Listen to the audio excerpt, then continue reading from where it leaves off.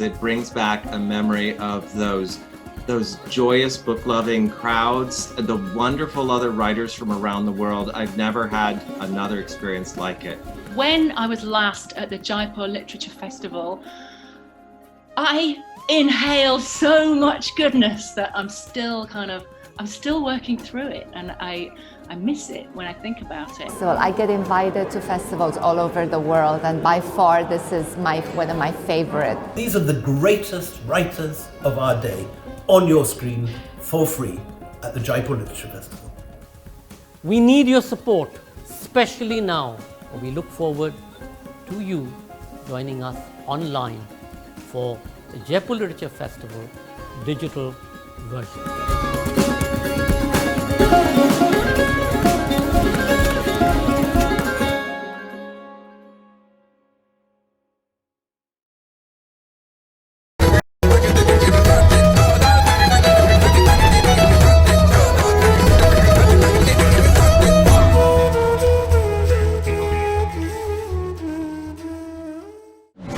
We're delighted to welcome you to the 14th Jaipur Literature Festival protected by Dettol from the Darbar Hall at the Digi Palace. Our session today is presented in partnership with Nature Morte. It is our pleasure to present Woven Chronicles, Maria Jane Balshaw and Reena Saini Kallat in conversation. Over the last several years, artist Reena Saini Kallat has, through her work, shown the border, the territory and the map recurring as potent forms that point to broad historical narratives, as well as the manner in which humankind has left the imprint of history on geography. Kallat's approach to the subject is both poetic and speculative. In this dialogue, the director of Tate Art Museums and Galleries, Maria Jane Balshow, joins her to explore how contemporary art can be a conduit for pertinent conversations around movement, migration, displacement and democracies. Maria Jane Balshow is director of Tate, a role she has held since June 2017. She has overall responsibility for Tate's strategic direction and day-to-day operations. As director, Balshow is also the accounting officer appointed by the Department for Digital Culture, Media and Sport. Reena Saini Kallat's work is widely exhibited at major international institutions, including the Museum of Modern Art in New York, Migros Museum of Contemporary Art in Zurich, and Mori Art Museum in Tokyo. Her recent solo exhibitions include the Manchester Museum and an ongoing solo show at the National Museum of Asian Arts, GUMIT, in Paris. Please do remember to comment and ask questions by typing it into the comment section. Ladies and gentlemen, we now present Woven Chronicles, Maria Jane Balshow and Reena Saini Kallat in conversation. Well, hello everyone, and Reena Kallat, it is lovely to see you over Zoom, you in Bombay and me in Kent in England. But I'm really pleased to be in conversation with you today as part of the Jaipur Literature Festival. We've got a short 45 minutes. So I'm going to be the person asking you some questions and not saying too much so that we give the maximum amount of time to talk and hear about your work. So I want to jump straight in. I was thinking that after this past 12 months, whilst we have all been separated, unable to travel, locked down very often. I am at the moment locked down at home still, as everyone in the UK is. We've almost forgotten how to connect to people and how to see art. So we need to remember these things. And I was remembering that, of course, the last project you did with Tate was within Tate Exchange at Tate Modern. So I thought that might be a nice starting point for our conversation. Talk to us a bit about your work at Tate Exchange. It's such a delight to be, speaking with you, and every conversation is so energizing. I mean, I remember the last time we met was at Tate during the Tate Exchange project. And at that point, in fact, I had just begun making a work that today is being shown at the Museum Guimet in Paris, and it's part of my solo, but it's the number of scrolls. It's a work called Verso Recto, and let me see if I can get out some images to share with you. And so what you, when we met last, I think we were talking about the first pair which was to do with India and Pakistan. These are constitutions of countries that have either been partitioned or in conflict. And these, of course, now form a kind of the spine of the room where both are facing on the outside. And each constitution is made using the process of tie and dye, where each dot is first drawn, then tied, and through a very laborious process where I work with craftspeople in Gujarat, in Kutch, these scrolls are made. And interestingly, the only two places where this art continues to survive and thrive are in Kutch and Karachi, both border sharing, regions of India and Pakistan. But since then, I mean, this has now grown into several other scrolls of US and Cuba and Serbia, Croatia, Sudan, South Sudan, North and South Korea. So essentially what you're looking at are the shifting text between English and Braille. I mean, Braille is something that I started working with nearly a decade and a half ago, where it was a very personal piece I made, which was to do with my mother, who I lost very early as a little girl. And I grew up with all the things she left behind, amongst which were her saris. And I didn't want to bring them out in the public domain, but I decided to then make these scrolls that actually had her handwritten recipe books. But I'm thinking of how I began using Braille was really to think of the limitations of language in being able to communicate deep notions of loss. And really this work in Braille, here I'm of course alluding to our sort of having lost sight of these common shared values, because all the words in Braille are actually shared values and principles that are part of every constitution, whether it's equality, justice, freedom, peace, and so on, that both sides aspire for. And yet we seem to be battling over our differences. And so as part of Tate Exchange, I'd invited people to, in a very sort of informal manner, in a participatory manner, to doodle, write, and to think about these gaps between what the ideals of democracy really stood for and what, and the realities and our current situation. So it was a very engaging project where I had like so many interesting people who came and who, contributed. But I think, yeah, it would be sustained conversations like these that would. Yeah. And I was thinking that this flags up lots of things we'll explore later in the conversation about, if you like, the gap between the nation state and the values or aspirations of the individual citizen. Yeah. And of course, for us in Tate Exchange, people coming in and engaging with the artists and the art that is there, that's the connection that we want to have, an active sense of engagement. I wondered if you wanted to say something a little bit more about this sense of historical amnesia that you explore a lot in the work, that here it's neither the sighted nor the blind can see everything in the scrolls, but that reflects a view that I think you hold about the failure of memory.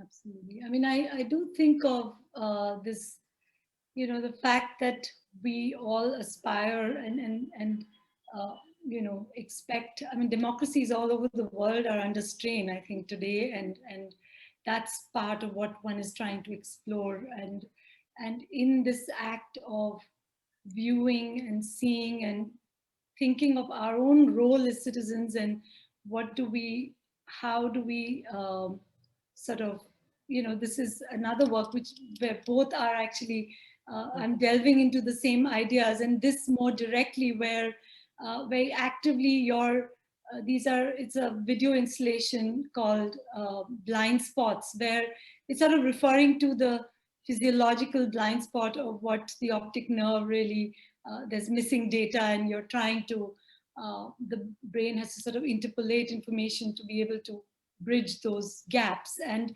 speaking of gaps in our understanding of things, much of these work more, primarily what I'm trying to explore through these works are these kind of perceptual limitations of what we are sort of holding on to, our own myopia of our version of how we see the world, whereas the failure to understand both sides is really where I think every conflict lies. And these are again constitutions of different countries, but in the act of viewing and memory as being such a complex set of interactions between seeing, remembering, imagining, some shaped by language, some by imagery, and I think that ability to and really memory has a way of working where we think that, you know, in the act of viewing something we're perceiving, but we're also, there's a fictional element that we bring to memory. And I'm kind of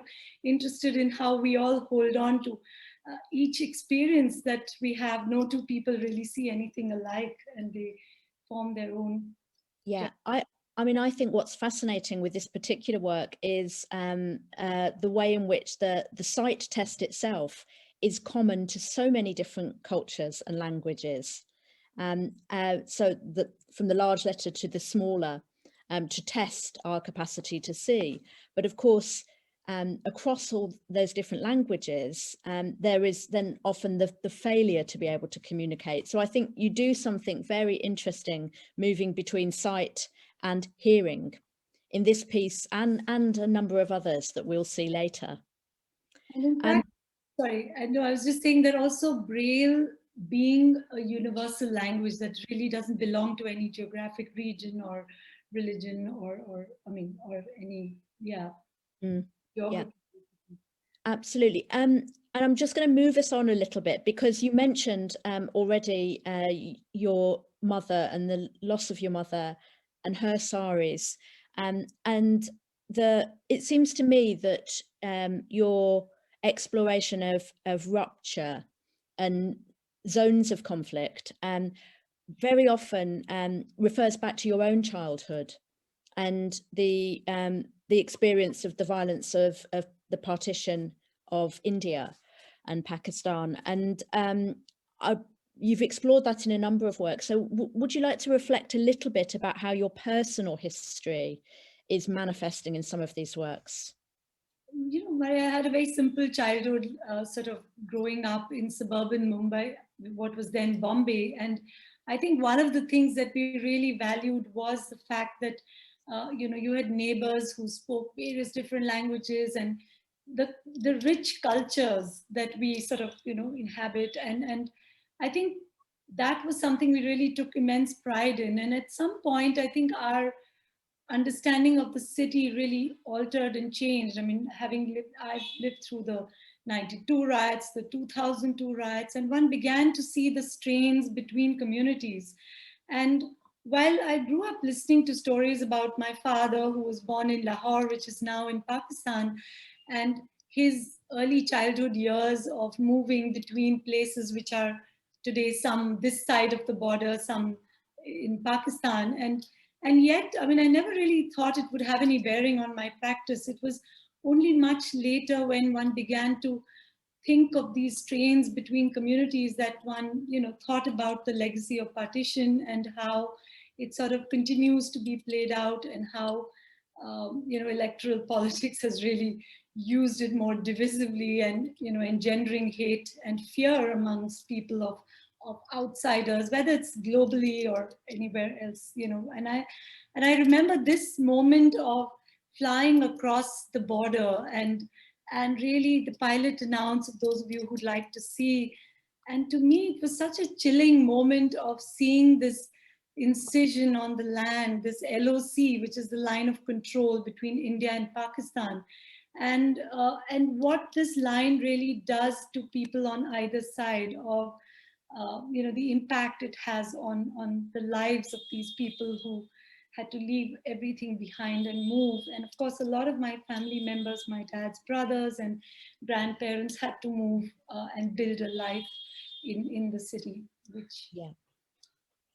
And I think that takes us very neatly into a work like this one. So tell us a little bit more about this piece. Of course, the no man's land in between India and Pakistan. I remember going to the Wagah border a few times, and I was documenting the gates on two sides. And this this act, so much of the work is really about ideas of conflict and confluence, of convergence, and really bringing together two sides. And but in this piece, Woven Chronicle, which of course is amongst the more known works that has traveled extensively, this was from the Museum of Modern Art, shown in MoMA, New York. And interestingly, I was on a panel with MoMA in 2017 at the Jaipur Literature Festival. So I'm getting nostalgic thinking of energy there, and when we were physically present there amongst the audience and young minds questioning. But this is a work that traces the movement of migrants historically from indenture labor to agricultural societies, industrial, post-industrial societies. And we know there are no borders in nature, but here the line becomes the instrument.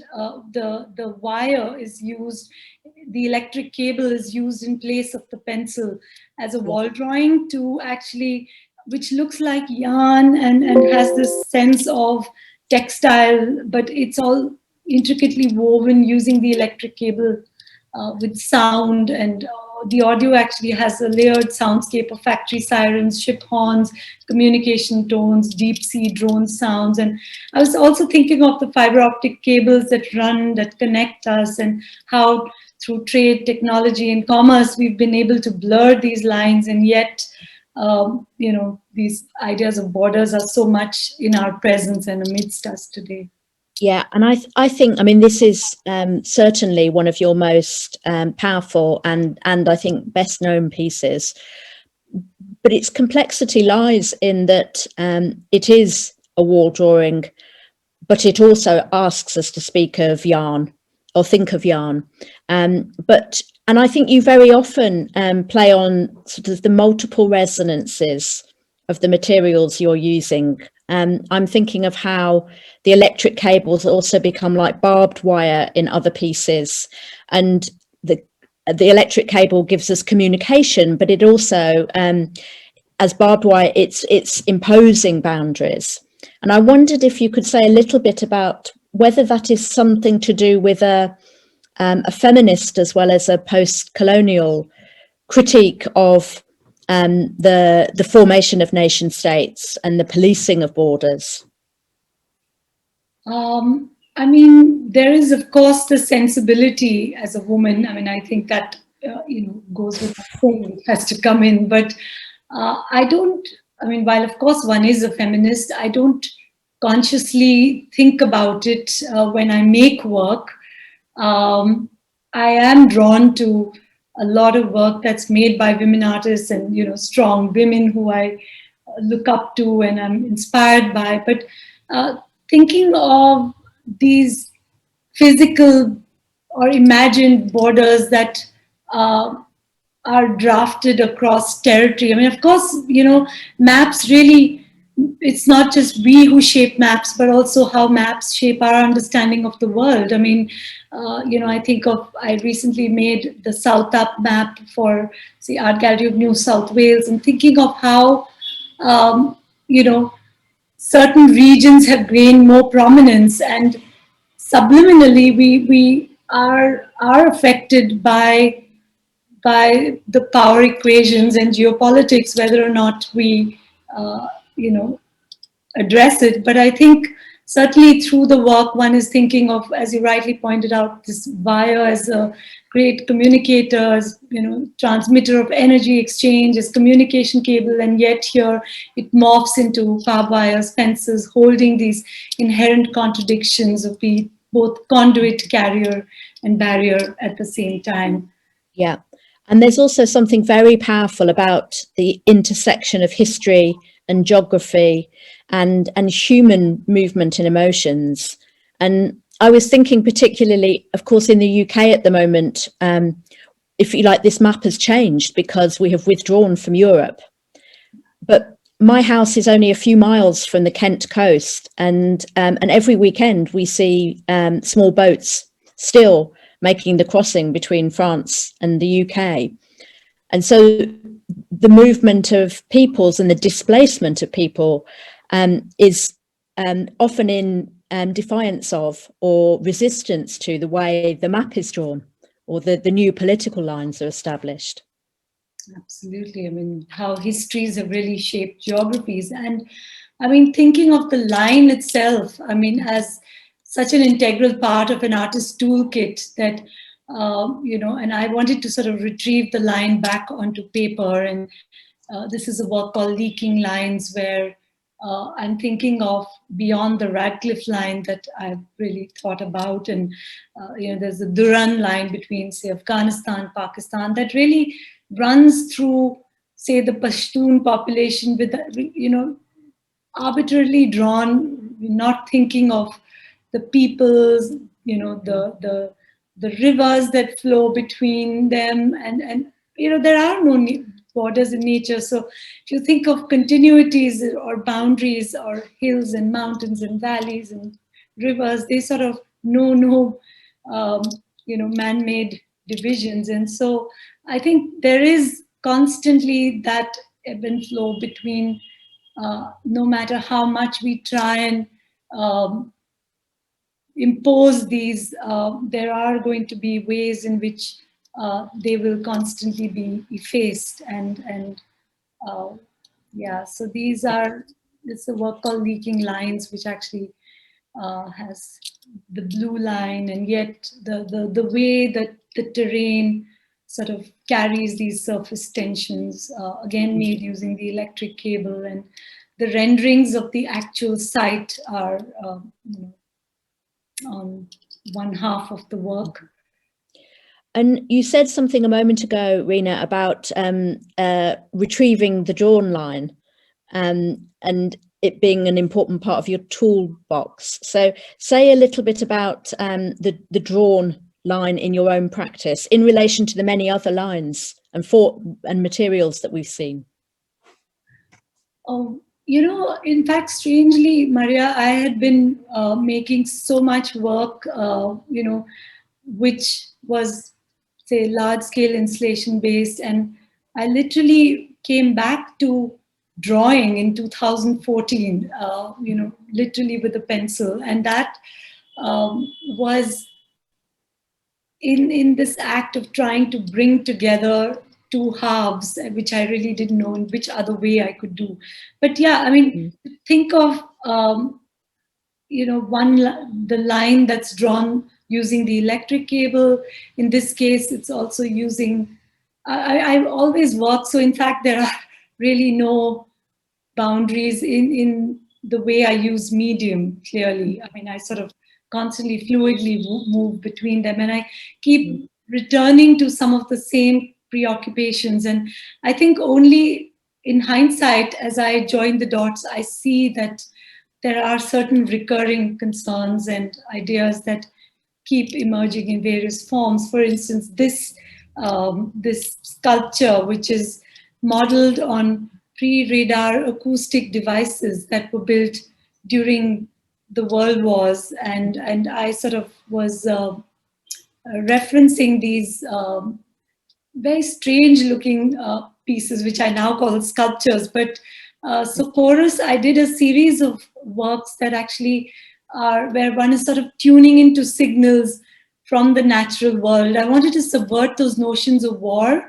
by actually having sounds of birds in communication, whether it's the hoopoe bird from Israel singing to the Palestinian sunbird, or the crested caracara with the eagle, and from US and Mexico and so on. And so there's a whole repository of images. And of course, you sort of got me to Manchester, and this sculpture was very much part of that. In fact, it was commissioned during that time. And I really, the immense help that I got from the Manchester Museum in sourcing these sounds of various birds that I'd been researching over a long period of time. Yeah, I want to come to a little bit more about that project in Manchester in just a moment. You might be fascinated to know, Reena, that again on the Kent coast near Dungeness, again, which is close to where I live, there are very large acoustic, so these ears that were created during the World Wars to listen for aircraft coming across from France. And they never really worked, but they're extraordinary structures. And of course, now they're absolutely colonized by birds. It's in the middle of a large nature reserve. So it absolutely speaks to the issues that you're exploring here in Chorus. But as you said, Reena, you made a wonderful exhibition in Manchester, which was part of a citywide exploration of the impact and legacies and histories of partition across South Asia. But your work was in the Natural History Museum, which my husband then ran, and I thought it speaks to much that you've talked about, because if you were given an invitation to explore matters relating to the division of nations, and you moved very naturally into thinking about hybridities and the distinctions in the natural world. As you said, nature doesn't impose these kinds of boundaries. So I was thinking about the Taigon and the Taikor, those works that you created in Manchester, which people won't know what those are, but tell us a little bit about the hybrid animals that you created. In fact, there you are. Ah. That's the Manchester Museum. Yeah. And, yeah, these are also other hybrids of trees, but again, using the cableway.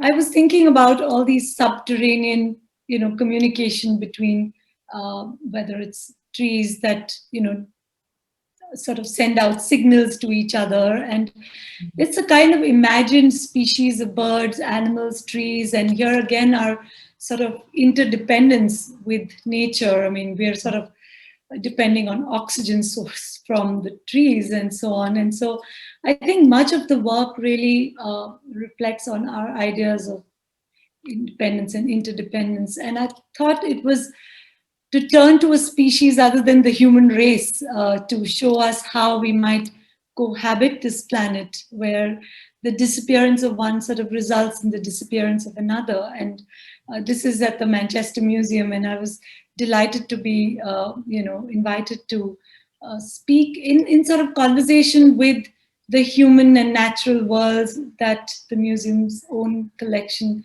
has. And in a sense, I wanted to present these as a species that perhaps existed in the past, or a kind of proposition for them coming together in the future. So essentially, each of these drawings are one bird from one side and the other converging to form a new hybrid of, say, in this case, it's the deer with the lion, the Dion. And what was also fascinating for me was when I entered the museum, there was the Tigon, which was a cross between the lion and the tiger. And that kind of really anchored the work, to be in conversation with. But, and so it was sort of suggestive of remnants of these animals and trees, of the banyan between the banyan tree and the mango tree from India and Bangladesh, or the sunpoo, which is a cross between the hoopoe bird from Israel. And I was reading up about how there was an attempt to try and change the name of the Palestinian sunbird simply because it was on postage stamps in Israel. And I was thinking of how do we as humans claim ownership to these natural forms that don't essentially belong to either side, and which is also where some of these ideas, grew from. And clearly the way trees and birds know no boundaries, and they sort of freely fly across borders. Yeah, I was remembering, Reena, that there was a sham rose. That's right. A sham crossed with a rose. And as a person who has Irish mother and grandmother and English father and his side of the family, I absolutely connected to the sham rose idea. I'd love to imagine that it might exist in the future.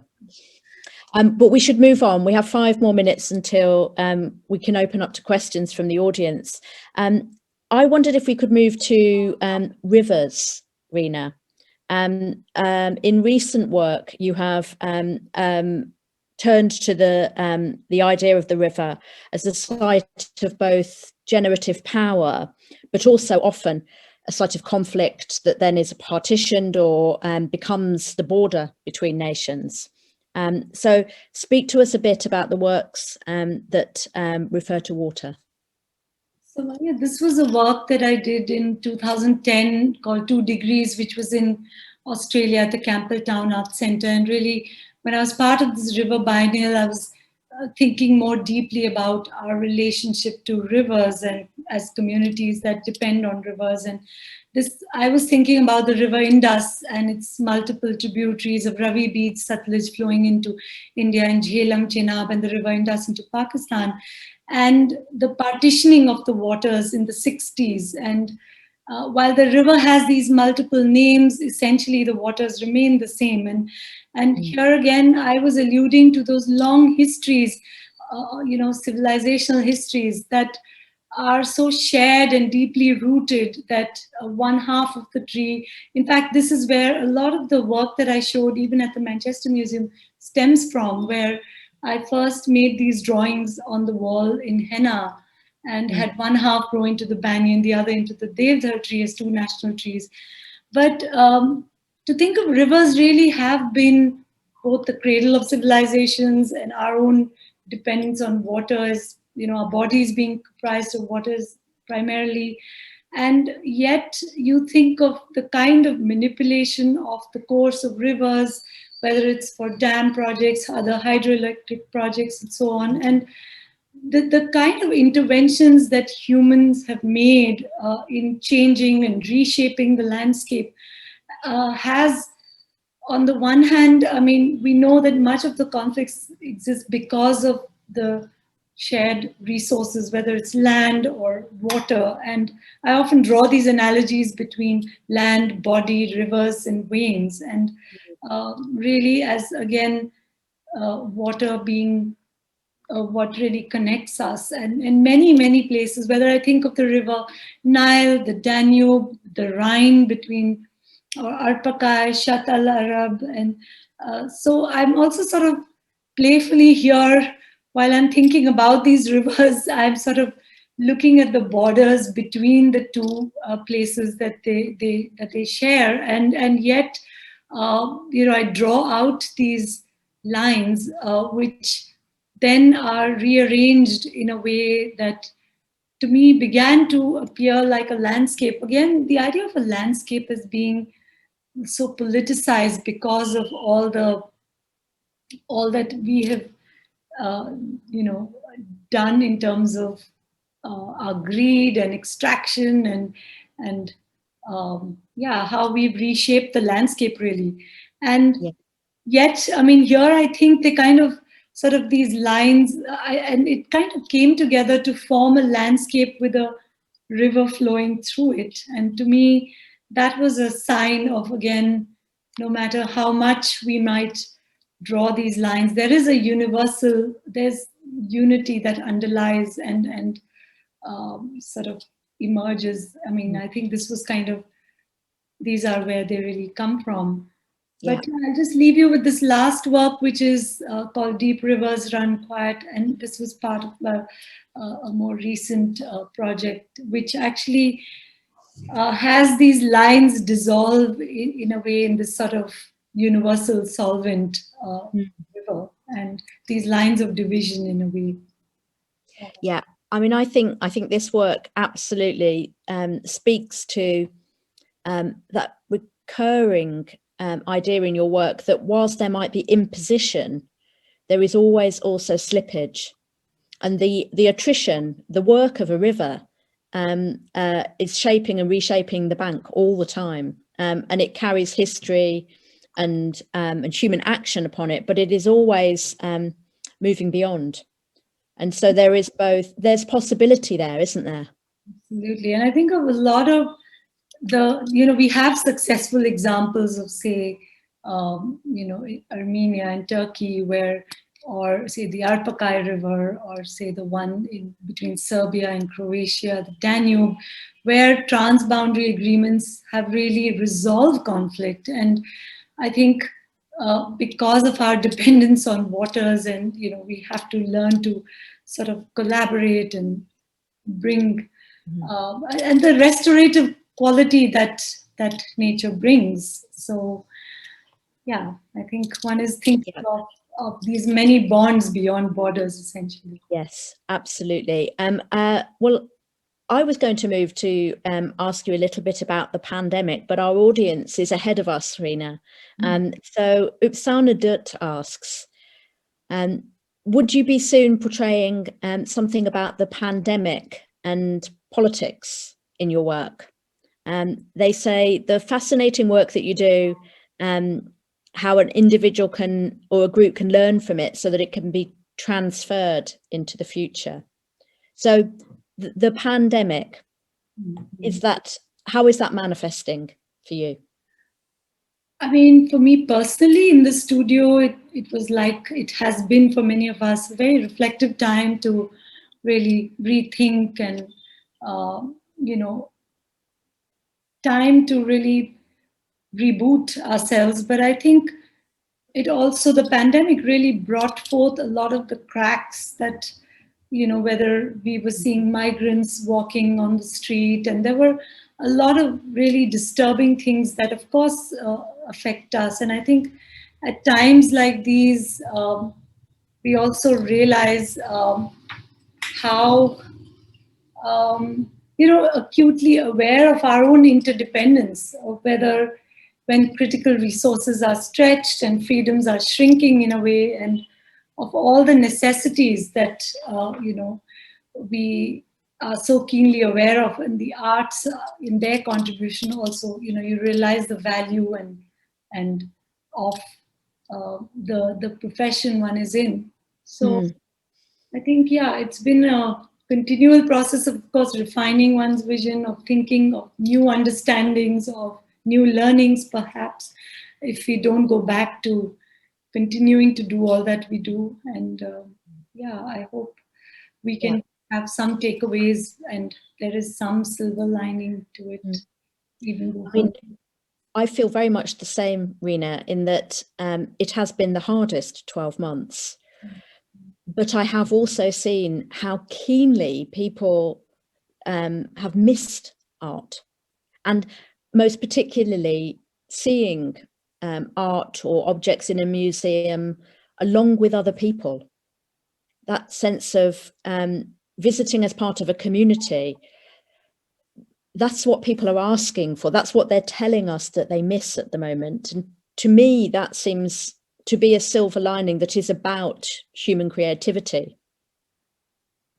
Absolutely. I think that museums have so much to, offer in terms of how people understand and their own surroundings. And I think that is something that very soon people will, come back to. I mean, I think this is perhaps only a pause, and hopefully time it'll be a little blip, and we shall.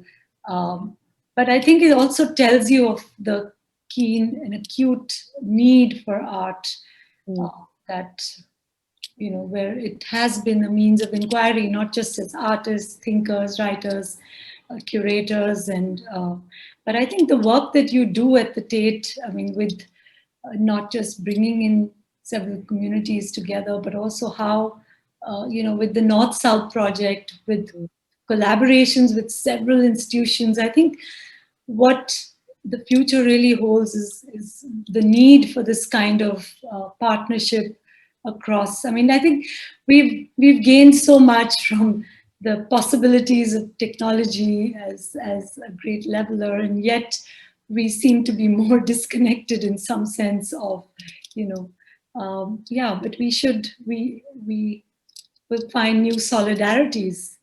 I very much hope so. We have a question that speaks to distance and difference, and Sumit S. Argawala asks, do you think that just like language and culture, even the definition of contemporary art changes with region and distance?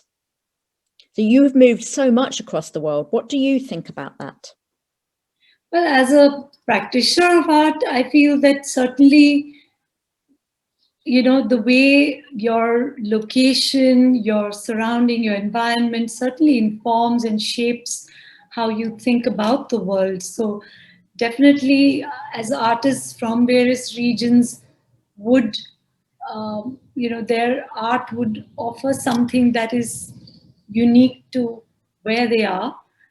And yet, of course, we live in a global world, we move, and our understandings are also sort of constantly reshaped by where we go and how we think of our place and where we come from. So I think that, but there is a common shared language, and I think that art is a great unifier in that sense of, anybody, unlike language where you, when you are sort of listening or sort of reading language, there is a certain time with which words unfold, whereas in a work, the readings are so different because of the syntax and that different people really, I find that most enriching of how people across the world really contribute to the way they see the work, and that then feeds into the work. Yeah, absolutely. I have one quick final and very practical question from Dr. Dutt, who says, how long does each piece take to complete? And where do you draw these ideas from? Well, I think sometimes certain works you realize, there were ideas but never found the right form, or certain materials that intuitively you feel carry immense potential, but they don't come together. And so it's very hard to tell. Sometimes it may take a few years, sometimes really much longer. The work that I first showed you actually takes me back like 15 years of some things that come from there. And that was the first part of the question, and the latter being... And I think you've said enough about where your ideas come from. That's been woven beautifully through the conversation. Could I just end with a point about friendship, Reena? I was reflecting that we are in this conversation because of a long... So after this period where so many of us have been rather isolated from each other, could you just end with a thought about the importance of these kind of conversations across borders and over time? How important are those to you? I think, Maria, this period of, while being in isolation, one has really had conversations across the world. And I think this is a great example of how it's still made this possible for us to meet, despite not being able to travel at this point. And I think I really treasure those conversations, whether it's with artist colleagues, with writers, friends, curators, who really each time really, injected new insights into the work. And so I hope that we can continue and strengthen and deepen those friendships, and despite these times. Absolutely. Well, it has been an absolute pleasure for me to be in conversation with you, and I am certain that it is for all the people who have been listening. Thank you very, very much, Reena Kallat. Thank you, Maria, for joining me this afternoon. Thank you. Thank you, Maria and Reena, for that wonderful session on how contemporary art can be a conduit for pertinent conversations. We'd also like to thank our session partner, Morte, and our celebration partner, Diageo. Thank you all for watching and being such a supportive audience. Do stay logged on to continue to watch with us the series of exciting sessions featuring a stellar list of speakers that we have specially curated for you. Don't forget to tweet using hashtag Jaipur Literature Festival 2021 and tag us at Jaipur Lit Fest. The festival is protected by Dettol. We hope to see you in our other sessions.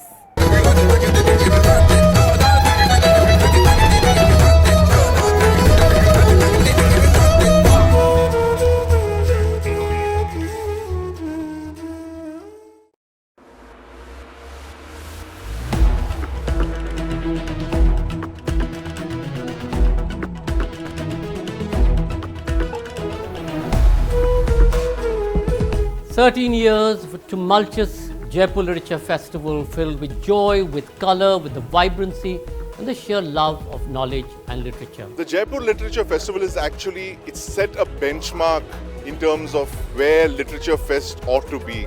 लोगों को लगता है कि यहाँ आना और इस तरह से एक ऑथर को सुनने के लिए बहुत लोग घंटों खड़े रहते हैं, तो इससे पता चलता है कि अभी भी नॉलेज का जो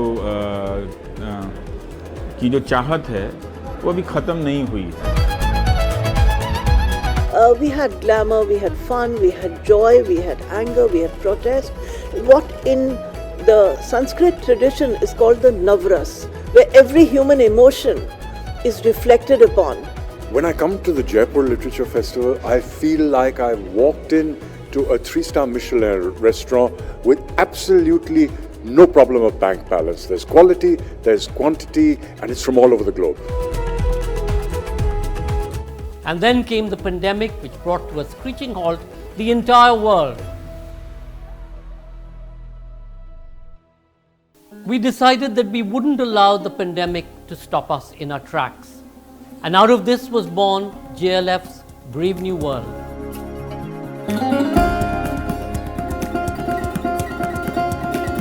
In these times during COVID, when we're all sitting at home, it's sort of like a ray of light that we get to watch these amazing sessions when we can't all be together.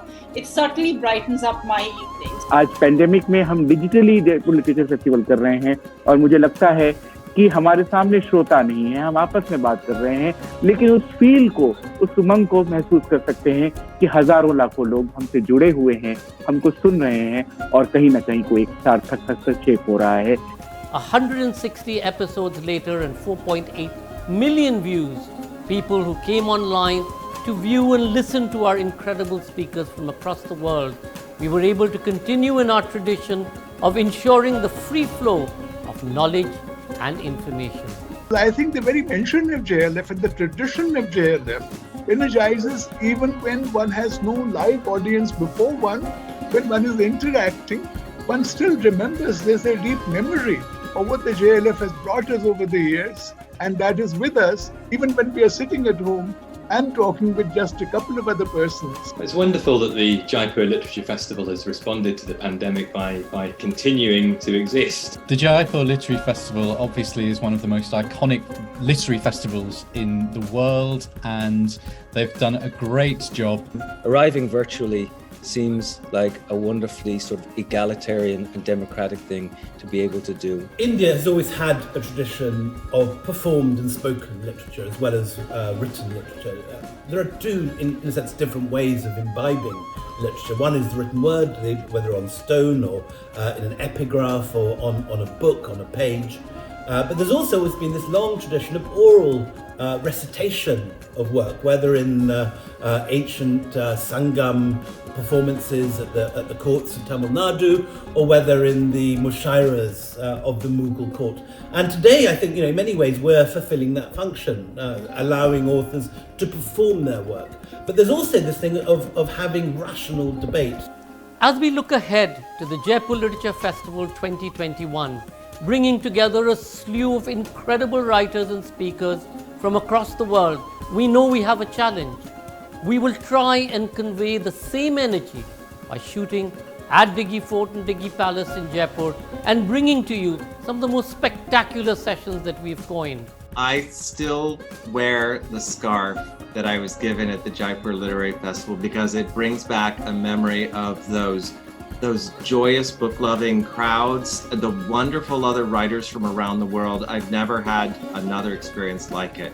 When I was last at the Jaipur Literature Festival, I inhaled so much goodness that I'm still working through it, and I miss it when I think about it. So I get invited to festivals all over the world, and by far this is one of my favorite. These are the greatest writers of our day on your screen for free at the Jaipur Literature Festival. We need your support, especially now. We look forward to you joining us online for the Jaipur Literature Festival digital version.